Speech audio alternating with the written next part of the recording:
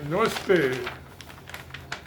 आज हम बात करेंगे कि इंडिया और चाइना, या चाइना और इंडिया, आप कुछ भी समझ लीजिए, एक ही बात है कि क्या वजह है कि चाइनीज जो है वो दुनिया की आज नंबर 2 की इकोनॉमी और मिलिट्री पावर बन गए, टेक्नोलॉजिकल पावर बन गए, और इंडिया जो है वो डेवलपिंग कंट्री का ही स्टेटस नहीं पाया। उसकी तो 3.5 पौने 4 ट्रिलियन की इकोनॉमी और चाइना की 20 ट्रिलियन की इकोनॉमी है, 6 टाइम्स मोर देन इंडियन। यही जो है इनबैलेंस जो है मिलिट्री पावर में भी है और टेक्नोलॉजिकल पावर में भी है। हर चीज़ की दुनिया में जो कुछ भी होता है उसकी कोई ना कोई वजह होती है। किसी भी हालत में किसी वजह की बिना इस दुनिया में कुछ नहीं होता। Always there are reasons and causes if something happens. So is between India and China. दोनों की पॉपुलेशन तकरीबन एक ही बराबर है, बल्कि पार्टीशन से पहले इंडिया की 1947 से पहले इंडिया की पॉपुलेशन जो थी, जिसमें आज का पाकिस्तान और बांग्लादेश भी शामिल है, उसकी पॉपुलेशन चाइना से ज़्यादा थी। आज भी लगा ली 25 करोड़ पॉपुलेशन। पाकिस्तान की पॉपुलेशन 17 करोड़, बांग्लादेश की तो यानी कि 42 करोड़ और 180 करोड़ हो गई इंडिया की। ये सब मिला के तीनों की 180 करोड़ पॉपुलेशन हो गई, जबकि चाइना की 140 करोड़ ही पॉपुलेशन।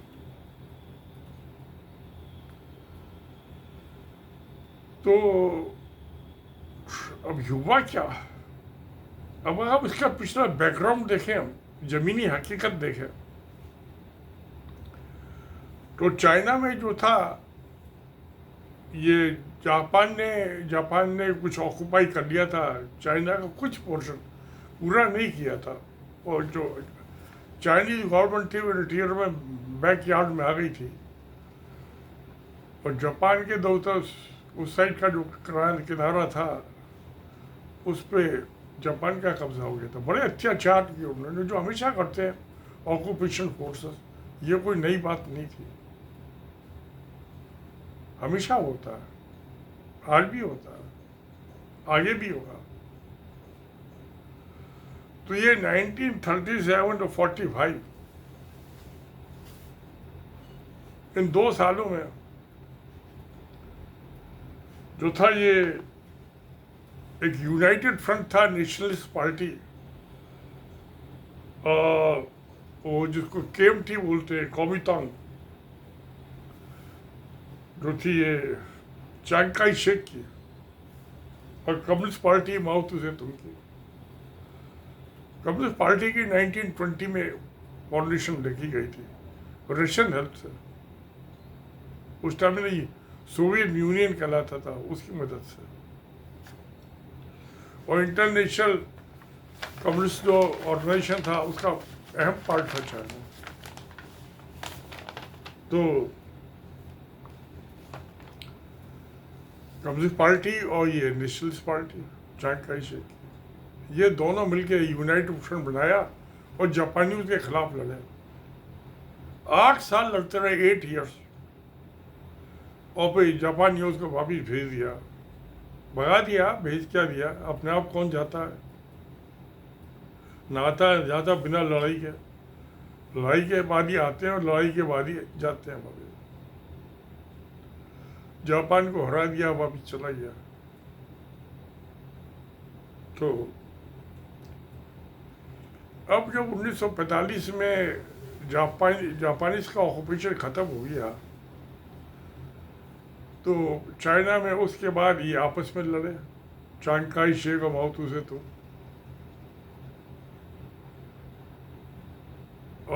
49 में, अक्टूबर 49 में पेकिंग में तिनमिन स्क्वायर में माओ तुसे तुंग ने people's republic of China, people's republic of China establish October 1 October 1949।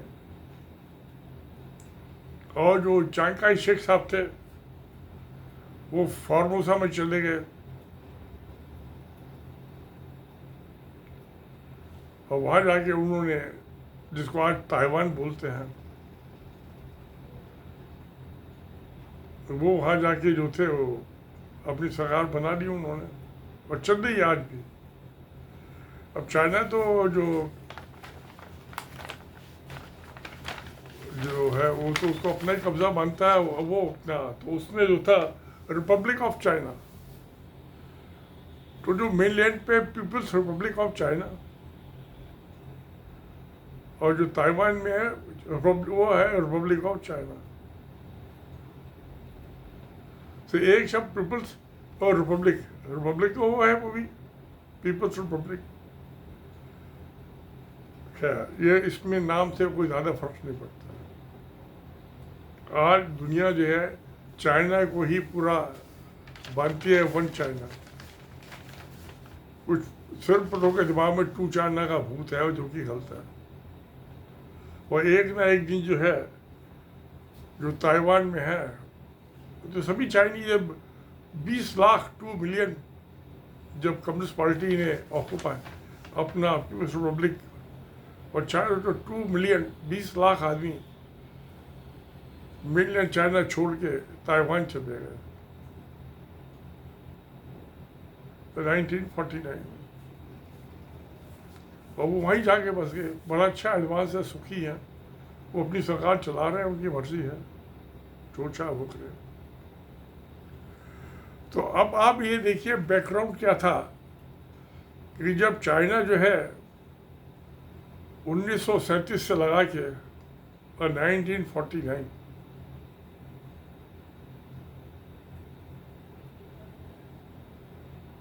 यानी कि 16 साल लड़ते रहे, और लड़ाई में जो डिवास्टेशन हो, तोड़ फोड़ होती है, होता क्या है, कोई डेवलपमेंट तो होता नहीं, आदमी मरते हैं, हथियार भी चाहिए होते हैं।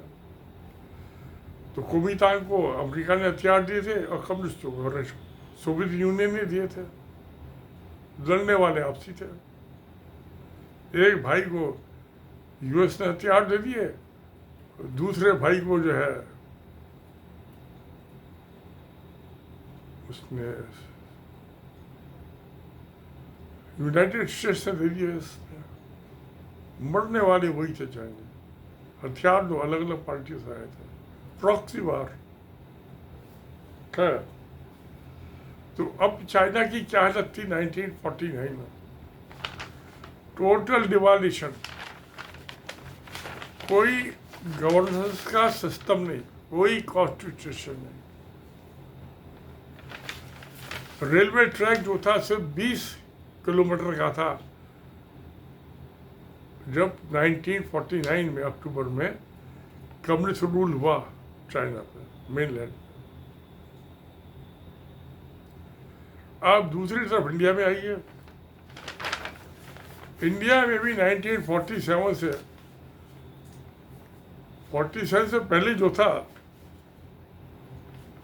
1928-30 से ये जब फर्स्ट वर्ल्ड वॉर ख़त्म हुई 1919 में, तब से इंडिया में कुछ आज़ादी की हलचल होने लगी, क्योंकि ब्रिटिश रूल को दिखाई दे गया कि हम जो है इंडिया को ज़्यादा लंबे टाइम तक नहीं कर पाएंगे रूल। अमेरिका की मदद से फर्स्ट वर्ल्ड वॉर जीती थी, 4 साल चली थी लड़ाई 1949-90। ये पासपोर्ट सिस्टम उसी टाइम इंट्रोड्यूस हुआ था, उससे पहले दुनिया में कोई पासपोर्ट सिस्टम नहीं था, और visa system second world war के एंड में चालू हुआ था। तो ये पासपोर्ट और वीज़ा जो है ये दोनों हार्डली 100 साल पुरानी दास्तान है, नहीं तो सारी दुनिया आज़ाद थी, कहीं आओ कहीं जाओ। तो फर्स्ट वर्ल्ड वॉर के बाद जो था 1920 में कुछ ही यहाँ प्रोटेस्ट हुए, मगर सिविल प्रोटेस्ट थे, कोई हथियारबंद नहीं थे, कोई तोड़ फोड़ नहीं थी, किसी की जान नहीं ली जा रही थी, हत्या नहीं हो रही थी। ब्रिटिश गवर्नमेंट का अपोजिशन चालू हुआ तो वो आगे बढ़ता गया। जब महात्मा गांधी आए, मोहनदास करमचंद गांधी, उस टाइम में कुछ ज़्यादा बढ़ गया। सरकार चलती रही, कॉन्स्टिट्यूशनल सिस्टम था जो 1861 का कॉन्स्टिट्यूशन बन लिया था, जिसमें आईपीसी और सारे कानून बने जो आज भी लागू है इंडिया में। तो वो सब चला और सिविल रेजिस्टेंस, सत्याग्रह चला। उसमें कोई हथियारों की बात नहीं थी, झंडा लेके गरीब भूखे नंगे आदमी आगे चल पड़े। और 1920 से लगा के और 1947 तक हार्डली 150 लीडर हुए जो कि कांग्रेस पार्टी के नेता थे। 150 से ज्यादा आदमी थे, बाकी तो भीड़ इकट्ठी कर लेते थे। तो चल पड़ते थे। पुलिस वाले कभी डंडे वंडे मार मूर देते थे, भगा देते थे, कभी नहीं भी भगाते थे। ये आ जाते बैठते थे, सुबह से शाम तक बैठे रहे सरकारी दफ्तरों के बाहर, शाम को चले आते थे अपने गांव घर।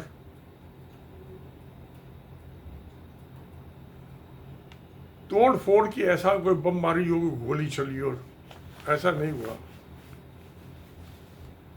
एक डोमेस्टिक मामला था। मगर जैसे वहां नेशनलिस्ट पार्टी जो चांग काई शेक की थी और जो कम्युनिस्ट थी, उनमें तो खून खराबा हुआ। जापान से लड़े, वो भी खून खराबा था।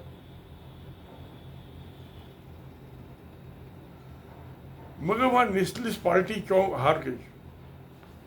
क्योंकि एक तो उसमें करप्शन था, भ्रष्टाचार, और दूसरा लड़ाई लड़ते लड़ते थक गए थे। कम्युनिस्ट पार्टी चाइना में जो थे, उनका माओ से तो अरे बुढ़ा भी हो गया था चांग काई शेक। सभी फैक्टर बुढ़ापे में सभी कमजोर हो जाते हैं ना। मैं भी हो गया तो 80 साल का हो गया। और माओ से तो जो थे वो एनर्जेटिक और बड़े डिसिप्लिन नेता थे। कोमितांग की जो गवर्नमेंट थी, नेशनल पार्टी कुछ सिटी में थी, शहरों में, अर्बन एरिया में। और माओ से तुमने गांव के जो रूरल इलाके के वहां के किसानों को मोबिलाइज किया, अर्बन वर्सेस रूरल, गांव वर्सेस शहर, दोनों में बड़े डिफरेंसेस है। गांव के आदमी तो अपनी जान की कीमत को समझते नहीं है। खेती बो दी, उसके बाद आज़ाद हो गए, कुछ ही करो, अवेलेबल है। शहर का आदमी नहीं होता, उसको तो 5 दिन के लिए जेल में डाल दो, उसका पागल हो जाएगा। उसको 5,000 रुपये जुर्माने के दे देगा, वो दे देगा। जेल जाने को 1 दिन के लिए तैयार नहीं होता। गांव के आदमी पैसे ही नहीं है, वो कहता है तुम मुझे 15 दिन के लिए जेल में डाल दो, मैं तो 50 रुपये देने के लिए नहीं है फाइन किया। तो शहर के गांव के आदमी में दोनों में ये डिफरेंस है। हिंदुस्तान में भी, सारी दुनिया में भी, चाइना में भी था। उसके बाद क्या हुआ कि ये कमदल, वहाँ तो हथियार बनते हैं, चांग काई शेक और ये माओ से। तो यहाँ पे मुस्लिम लीग पैदा हो गई, हथियार किसी के पास नहीं थे। 1928-30 के बाद जो था, आपस में इनके डिफरेंस कम्युनल राइट्स होते हैं, सिविल राइट्स।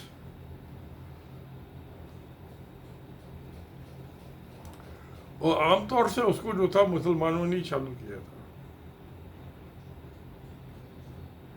क्योंकि हिंदुओं की लीडरशिप बहुत स्ट्रांग थी, मेजोरिटी में थे। तो माइनॉरिटी ने अपनी इच्छा मेजोरिटी पे थोपने की कोशिश की, आज़ादी चाहिए।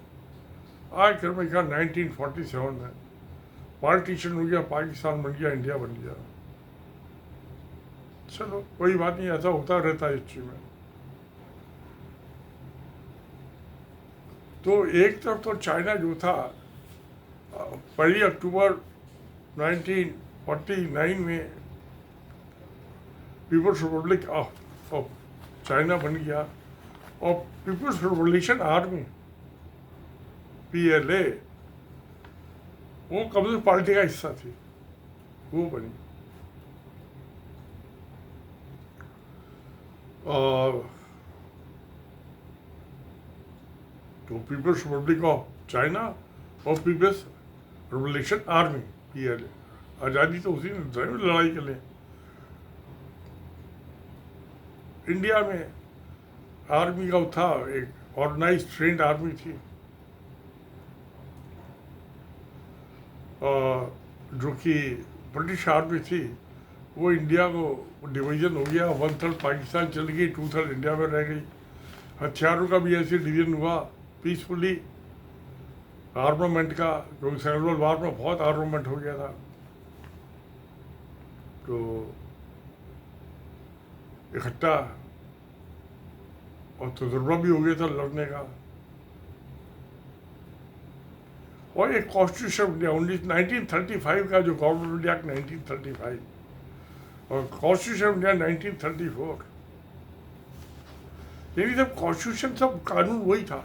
आज भी हमारा कॉन्स्टिट्यूशन 1935 का जो गवर्नमेंट इंडिया एक्ट है, 70% कॉन्स्टिट्यूशन इंडिया वही है, नो डिफरेंस। आज भी 2025 में भी इंडस्ट्री बिरला की, टाटा की, सिंघानिया की, जूट मिल्स कलकत्ते की, सब बढ़िया काम चल रहा था। चाइना में कुछ नहीं था, लाई में सब डस्ता ही गया, टूट गया।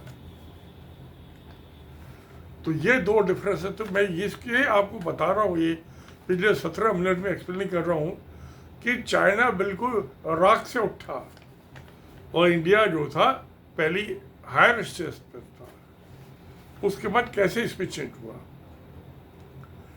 लीडरशिप की काबिलियत, आगे आते आते बढ़ते गए। इंडिया में ये कुछ सोशलिस्ट पैटर्न अपनाया, और ये भी था कि हम जो भी बनाए अपना इंडिया में बनाए। चाइना में तो कुछ था ही नहीं। माओ तुसे तुम बहुत बड़ा विजनरी लीडर था, और जवाहरलाल नेहरू भी विजनरी लीडर था, दोनों ही थे, बड़े महान नेता। नेहरू ने जो था कि ये डैम, कैनाल, ये भारत के मंदिर हैं, टेम्पल्स। माओ तुसे तुमने पॉलिसी लागू की, कुछ नहीं था।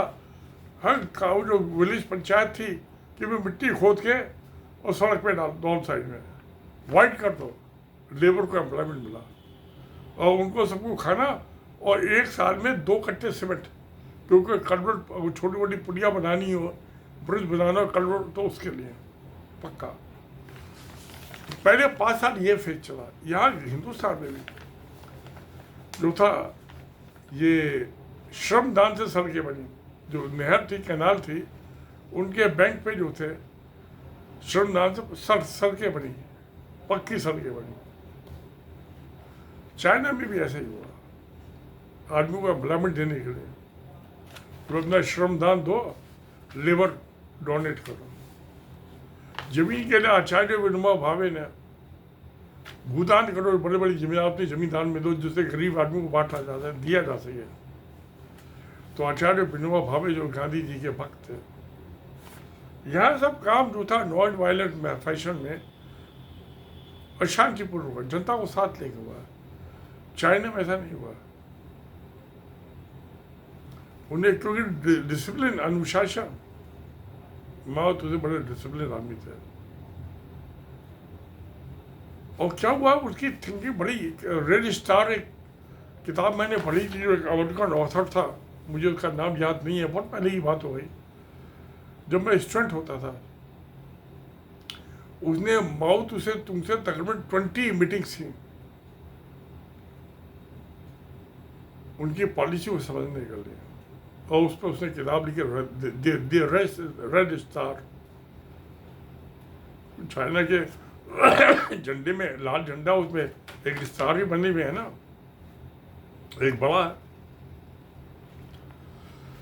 तो क्या हुआ, चाइना पे भी कुछ नहीं था, इंडिया पे तो बहुत कुछ था। 1940 2 साल पहले, 2.25 साल पहले लगा, दोनों का डिफरेंस। हिंदुस्तान 1947 अगस्त में हुआ और चाइना हुआ अक्टूबर 49 में। 2.25 साल का डिफरेंस है। मगर जो मशीनरी आई रशिया से, उस टाइम सोवियत यूनियन होता था, माओ तुझे से मैक्सिमम प्रोडक्शन करो, क्योंकि हर कोई मशीनरी होती है। मैं आपको फंडामेंटल डिफरेंस बता रहा हूँ। उसको जो पीरियड की मेंटेनेंस होती है उसके लिए हफ्ते 10 दिन पर उसको बंद किया जाता है, उसकी ऑयलिंग सफाई की जाती है। कोई पाइप खराब हो गया, कोई रिप्लेस किया जाता है। माओ तुझे तो उसको कोई मेंटेनेंस नहीं करनी, रगड़ो इसका मशीन को, प्रोड्यूस मैक्सिमम। तो उसकी थ्योरी क्या थी, बड़ी वाजिब बात थी। उनका भी ये मशीन टूट जाएगी, यही होगा ना, और क्या होगा। नई मशीन ला तो जो नई इसको मशीन को रिप्लेस करेंगे पुरानी मशीन को, वो नई टेक्नोलॉजी की होगी। ये सोवियत यूनियन में पुरानी टेक्नोलॉजी की मशीनें थी हैं, वो जो आएगी उसके बाद देखा तो सोवियत यूनियन ही, मगर वो इससे बेटर होगी मशीन, टेक्नोलॉजिकल एडवांस होगी। तो देखिए कितना उसका था। इंडिया में ऐसा नहीं हुआ। जो ब्रिटिश सिस्टम था, जो मैनुअल से मशीन के ऑपरेशन के मेंटेनेंस और रिपेयर मेंटेन उसके मैनुअल, उसके मुताबिक काम चला। हफ्ते 10 दिन के लिए बंद कर दो मशीन को, उसको ऑयलिंग करो, ग्रीसिंग करो, सफाई करो, कोई पार्ट खराब हो जाए कंपोनेंट, उसको चेंज कर दो। तो ये डिफरेंस था फंडामेंटल थिंकिंग में, कि हम पुराने से काम चलाना चाहते थे ज़्यादा से ज़्यादा। चाइना पुराने से जल्दी खत्म कर नई मशीन लाना चाहता था, नई टेक्नोलॉजी। बहुत अच्छी बात थी। आज की जो सक्सेस है वो उस फंडामेंटल थ्योरी में थी जो चाइना ने 1949 में अडॉप्ट की थी। इंडिया में इन्होंने गवर्नमेंट इस चीज़ का ध्यान नहीं दिया। उनका डैम बनाओ, कैनाल्स बनाओ, जिससे खेती में उपज हो। आज इंडिया सरप्लस हो गया था आज के मामले में, चाइना नहीं हो पाया आज भी। जो कि ये जवाहरलाल नेहरू और इंदिरा गांधी की देन है। जो ये डिफेंस फोर्सेस की तब उन्होंने ध्यान ही नहीं दिया। जो चल रहा है चलने दो, उसमें कोई बदलाव नहीं किया। हाँ, जवाहरलाल एक नेट हवाई जहाज आया था इंग्लैंड से, वो छोटा सा था फाइटर प्लेन, जिसने 1965 की लड़ाई में बड़ा अच्छा काम दिखाया था। मेरे फादर जो थे डिफेंस अकाउंट से, वो बता रहे थे वो किस्सा, वो फाइटर प्लेन का। उसमें भी ब्राइब ली गई थी। UN ढेबर होते थे कांग्रेस पार्टी के प्रेसिडेंट, वो 2% कमीशन मांग रहे थे। जब जवाहरलाल नेहरू गए इंग्लैंड UK, तो कभी एग्रीमेंट क्यों नहीं हो पा रहा है, तो कंपनी ने बताया कि ये आपकी पार्टी का प्रेसिडेंट 2% कमीशन मांग रहा है। तो नेहरू ने कहा अच्छा जाकर देखता हूँ। देखा क्या, उनके दिमाग में और बहुत सी चीज़ें थी। आखिर को 2% कमीशन दिया, एग्रीमेंट हुआ, नेट जहाज इंडिया आए। मेरे फादर जो थे, जब ये MiG-21 की डील हो रही थी, तो एयर वाइस मार्शल PC लाल, और वो तो लीडर थे नेगोशिएटिंग टीम के, मेरे फादर फाइनेंशियल एडवाइजर थे। डेपुटेशन पाए थे HAL में, हिंदुदास लिमिटेड में, और एक HAL के जनरल मैनेजर थे। वो उसके 3 आदमियों की टीम ने नेगोशिएट किया था MiG-21 100 प्लेन्स के लिए नेगोशिएट किया था। जो सोवियत यूनियन ने मांगा वो दिया गया, हालांकि उन्होंने रूल्स करा दी थी खोल। अब नेगोशिएट का अपने काम रिपोर्ट बना के मिनिस्ट्री को दे दी, काम खत्म हो गया। इंदिरा गांधी गई और defence minister Soviet Union sign करके आए, जो रशिया ने मांगा था वो दिया, और 25 करोड़ की ब्राइब एक सिंगल चेक से कांग्रेस पार्टी के इलेक्शन फंड में गए। मगर ऐसा डिटेल नहीं था वो जैसा आज है।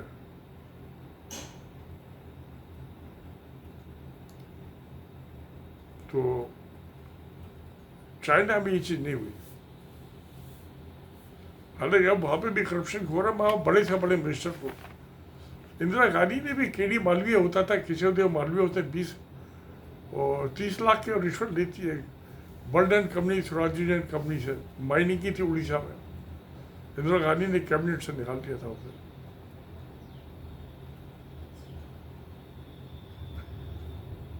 तो करप्शन था, मगर करप्शन का एक्शन था तो कोई एक्शन ही नहीं है।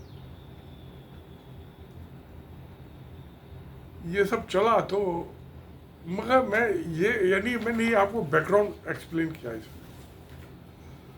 अब मैं आता हूँ नट शहर में कि चाइना क्यों तरक्की कर गया। उसका रीज़न था कि 99 की जो था, चाइना ने जब ये निक्सन साहब गए वहाँ, यूएस के प्रेसिडेंट माओ से तुमसे मुलाकात हुई, तो उसके बाद उन्होंने अपनी इकोनॉमी को ओपन कर दिया और 1990 में WTO वर्ल्ड ट्रेड ऑर्गेनाइजेशन के मेंबर बन गया।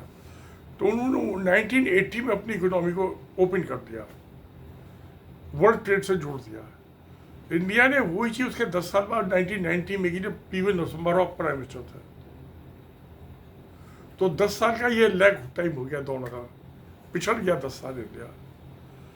दूसरा एक और नया डेवलपमेंट हुआ 1990 में, सोवियत यूनियन डिसइंटीग्रेट हो गया, टुकड़े टुकड़े हो गए, 15 कंट्री बन गए, क्योंकि इकोनॉमिक डिस्ट्रेस की वजह से 15 कंट्री बन गई। तो जो साइंटिस्ट और इंजीनियर्स थे वो बेरोजगार हो गए। तो चाइना ने उन सबको एम्प्लॉय कर लिया अपने यहाँ। चाइना में, चाइना को टेक्नोलॉजी नहीं थी। तो 1990 यानी आज से 35 साल पहले यहां बड़ा डिफरेंस चालू हुआ कि चाइना ने सोवियत यूनियन के जो इंजीनियर्स और साइंटिस्ट थे, बेरोजगार थे, अनएम्प्लॉयड हो गए थे, उनको अपने यहाँ एम्प्लॉयमेंट दे दिया। रोजगार, भाई आदमी को तो रोजगार ही चाहिए। और उन्होंने जो सोवियत यूनियन में काम किया था, सबसे पहले स्ट्रेट लाइट स्पेस में छोड़ा था 1956 में। यूरी गागरिन पहला आदमी जिंदा गया स्पेस में और वापस लौट के आया। यूएस को पिछाड़ दिया टेक्नोलॉजी के मामले में। तो ये कहानी चालू हुई 1990 से। इंडिया में भी मैं इंदौर गया था एक उसमें लेक्चर देने के लिए, मीटिंग में, इस पे जो ये लोन देते हैं, मैं रजिस्टर्ड वैल्यू गवर्नमेंट इंडिया का आज भी हूँ मैं। तो मैं उसमें देने गया था इंदौर। तो मुझे जब वापस लौट रहे थे तो फ्लाइट जो थी उस जमाने इंदौर से डायरेक्ट बंगलौर की बनती नहीं थी, वाया बम्बई जाओ। तो बम्बई में मेरी बैठी है, तो वहाँ पे वो डिले हो गई फ्लाइट इंदौर में। तो मैं तो आगे बैठ गया, तो मुझे एक रशियन कपल मिला 2014 में, दिसंबर 2014। तो वो दोनों ही भूखे थे, कुछ फ्लाइट लेट हो रही थी। इंदौर का छोटा सा एयरपोर्ट होता था उस जमाने में, ऐसा कोई इंतजाम था नहीं वहाँ। तो जब मैं चल रहा था तब मुझे उन्होंने जो होस्ट थे सेमिनार को ऑर्गेनाइज करना, मुझे कुछ उन्होंने गिफ्ट में खाने पीने की चीज़ दे दी थी। मेरे बैग में मेरा तो पेट भरा हुआ था, मैंने बम्बई जाके अपनी बेटी का खाना खाना था। तो मैंने अपना खाना उनको दे दिया, मैं कहा आप ये लीजिए, खाइए आप। तो वो बड़े एम्प्रेस फील कर रहे थे, वो ले नहीं रहे थे। मैं कहा नहीं प्लीज़ हैव इट, एंजॉय। तो उन्होंने उसमें से आधा तो खाया, शायद वो टेस्टी लगा नहीं लगा, और पता नहीं क्यों आधा उन्होंने रख लिया अपने पास। तो मेरी जो उससे बातचीत चली तो वो जो लड़का था हस्बैंड उस लेडी का, वो बोकारो स्टील प्लांट में मेटलर्जी का कंसल्टेंट था। जो सबमरीन बनती है, पनडुब्बी बनती है, उस ग्रेड की स्टील बनाने का काम जो चालू हुआ सबमरीन का, वो रशियन जो था, ये नरसिम्हा राव के टाइम में सरकारी कंपनी में अप्लाई किया गया उसको। और उसने बताया कि उसका चाचा जो है एडमिरल था यूक्रेन में, जो आज है, जो सबमरीन थी रशिया की, उसका हेडक्वार्टर यूक्रेन में था, और उसका वो एडमिरल था, नेवी का चीफ। उसने कहा वो लार्सन टुब्रो कंपनी जो प्राइवेट कंपनी है, वो उसमें अप्लाइड है, उनका कंसल्टेंट है। तो इंडिया में भी कुछ कंसल्टेंट इंडिया ने अप्लाइमेंट किए पीवी नरसिम्हा राव के टाइम में, थोड़े से थे, वो ज़्यादा नहीं थे, मगर चाइना ने होलसेल एम्प्लॉयमेंट दे दिया उन्हें। ये डिफरेंस हुआ, डिफरेंट टेक्नोलॉजी का यहाँ से। नंबर वन, इकोनॉमी ओपन की 10 साल पहले 80 में, 1980 में, और 90 में टेक्नोलॉजी जो थे, जो बेरोजगार हुए थे सोवियत यूनियन के डिसइंटीग्रेशन से, वो चाइना ने अप्लाई कर दिया। इंडिया ने भी कुछ और भी किसी कंट्रियों ने की होगी, मुझे उनका पता नहीं है, मगर ये इन दो आदमियों का मुझे क्यों, ये उस रशियन लड़के से मेरी बातचीत हुई। मैं तो 2005 में रिटायर हो गया था, उस टाइम में 71-72 ईयर्स का था इसमें। वो लड़का तो ऐसी था, मेरा हार्डली 35-40 साल, it we are not more than 40 years. वो अच्छा भला लड़का था। तो इंडिया में और की भी कंपनियों ने की होंगी जिसकी मुझे नॉलेज, भाई वो उस लड़के ने जो मुझे बताया, मुझे इसलिए इस चीज़ की दो की याद है। तो ये वहाँ से जो था टेक्नोलॉजी का, चाइना डेवलप होता चला गया, सारे इंजीनियर्स और साइंटिस्ट टेक्नोलॉजिस्ट ट्रांसफर हो गए, आदमी के अपने साथ ले गए चाइना, और आज चाइना नंबर 1 कंट्री टेक्नोलॉजी के मामले में। अभी 3.5 दिन की जो इंडिया और पाकिस्तान की कॉन्फ्लिक्ट हुआ, मैं इसको वार तो नहीं कहूँगा, वार तो डिफरेंट होती है। उसमें पाकिस्तान के पास 70% इक्विपमेंट चाइनीज़ है, और इंडिया के पास 70% जो है इक्विपमेंट रशियन है। तो रशियन और चाइनीज इक्विपमेंट की लड़ाई हुई। कुछ राफेल वगैरह फ्रांस के भी आ गए थे, कहीं की रोड़ा, मगर सवारी कोई भी आर्मी हो, एयरफोर्स हो, आपस में एक दूसरे से संबंध होना चाहिए टेक्नोलॉजी का। तो क्या जो राफेल जो फ्रेंच फाइटर प्लेन थे, उनका रशियन फाइटर प्लेन सुखोई जो प्लेन है, उसे इंटीग्रेशन था, यारी दोस्ती थी नहीं थी। वो टेक्नोलॉजी का अलग है रशियंस की, और फ्रांस की अलग है, आपस में तालमेल नहीं था। उसके बिना कोई, जब तक आपस में तालमेल नहीं बनता, मियाँ बीबी में तालमेल नहीं हो तो तलाक हो जाता है, रोज झगड़े होते हैं। ऐसे ही हुआ, तालमेल नहीं हुआ। तो फिर वैसे भी आज एयरक्राफ्ट का ज़माना ख़त्म हो गया। जब अरबेजान और उसकी आर्मीनिया की लड़ाई हुई थी 2021-22 में, तभी हो गया ना ट्रेन और मिसाइल का ज़माना। आज एयरक्राफ्ट का ज़माना नहीं है, ना लैंड फोर्स का ज़माना, न टैंक चाहिए, न आर्टिलरी चाहिए। आज तो मिसाइल का ज़माना है और ड्रोन्स का ज़माना है। बाकी एयरफ्रो बेकार, दिमाग की लड़ाई है, दिमाग से लड़ाई है।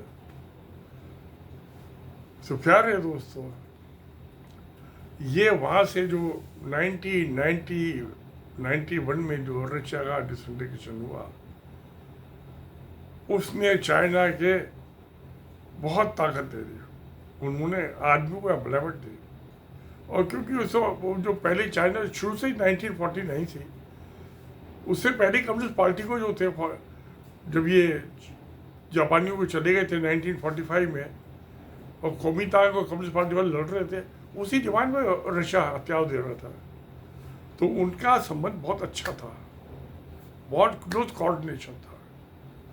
नतीजा कि चाइना आज भी अच्छा, बड़ा अच्छा। हालांकि बीच में उल्टे के रिवर के नज़दीक जो थी चाइना और सोवियत यूनियन में 1961-62 में चाइना की और यूएस सोवियत यूनियन की आर्मी आमने सामने आ गई थी, लड़ाई तो नहीं हुई थी। उसकी मैं कहानी आपको और दूसरी कभी किसी वीडियो में बनाऊंगा, नहीं तो ये वीडियो बहुत लंबा हो जाएगा। तो आज जो है ये वजह है कि 6 टाइम्स इकोनॉमी हो गई चाइना की, 6 टाइम पावर हो गई, हार्ड पावर हो गई चाइना की। इकोनॉमिक और इनोवेशन और डेवलपमेंट साइंटिफिक वो चाइना का बहुत आगे हो गया इंडिया से। इंडिया पिछड़ गया क्योंकि ये तो हिंदू मुसलमान के उसमें लड़े रहे लड़ते रहे। दूसरी चीज़, एक और चीज़ है बहुत इम्पोर्टेंट, कि सेंट्रल एशिया होके यूरो एशिया, जहाँ से यूरोप स्टार्ट होता है, वहाँ तक का ट्रेड रूट जो सिल्क रूट होता था, वो चाइना ने सोवियत यूनियन डिसइंटीग्रेट हुआ, वो उसको मिल गया। रेलवे ट्रैक वगैरह पहले बने हुए थे सेंट्रल एशिया में, सारे यूएसएसआर के हिस्सा होते थे। उनको उसने अब उनकी इस्तेमाल क्या आज भी कर रहा है, ईरान तक लिया है, ईरान तक, अफगानिस्तान में लिया है ट्रेन, पाकिस्तान में लिया है गिलावट तक, सिंध तक। इंडिया ने क्या किया, इन्होंने हिंदू मुसलमान मस्जिद मस्जिद ये सारा टाइम इसी में लगा दिया। 1940 से लगा के आज 2025, 85 साल में राष्ट्रीय शिव संघ को बने 100 साल हुए हैं।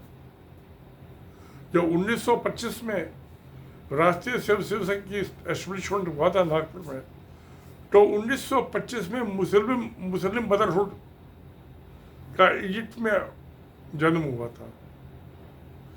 तो मुस्लिम ब्रदरहुड जो एक कम्युनल ऑर्गेनाइजेशन, आरएसएस जो एक हिंदू संगठन है, दोनों का एक ही टाइम में जन्म हुआ है।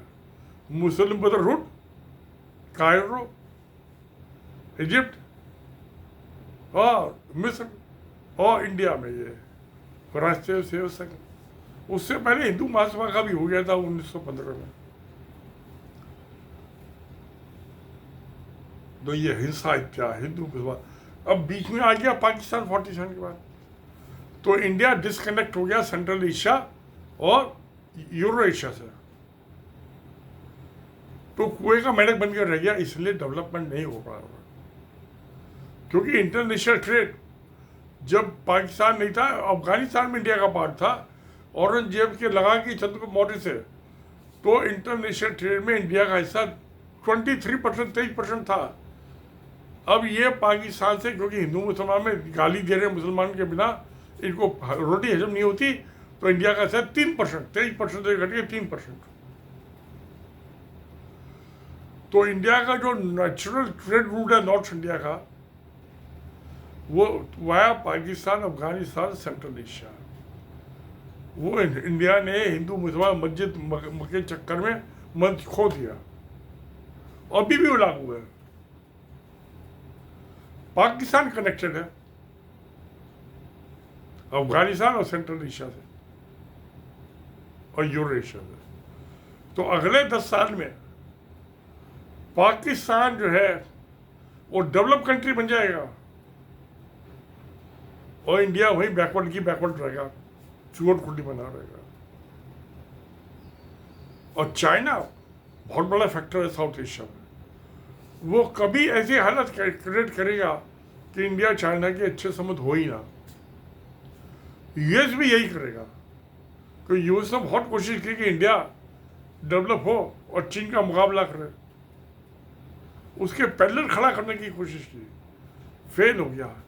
क्योंकि यहाँ तो हिंदू मुस्लिम, मस्जिद, शमशान, कब्रिस्तान, इनके दिमाग में एक इशू है, डेवलपमेंट, हिंदुओं की भलाई का भी कोई इनके दिमाग में आइडिया नहीं है।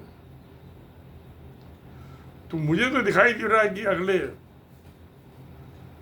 अब इस साल 100 साल मनाएगा और कि जैसे सोवियत यूनियन डिसइंटीग्रेट हो गया, साउथ इंडिया में तो हो रहा है काम, क्योंकि वहाँ का जो ट्रेड है सी रूट से 1840 के बाद जो था, ये जब ये टर्की में खलीफाओं का राज हो गया तो वो जो लैंड रूट था वो डिसरप्ट हो गया था। तो फिर वास्को डी गामा वगैरह जो थे सब ये सी रूट से आए, और इधर पल्लव चोला का 1000 साल से ट्रेड रूट था साउथ ईस्ट एशिया में, और वेस्ट एशिया में था ये कोंकण कोस्ट से, गुजरात कोस्ट से, तो वो तो अवेलेबल है, आज भी है।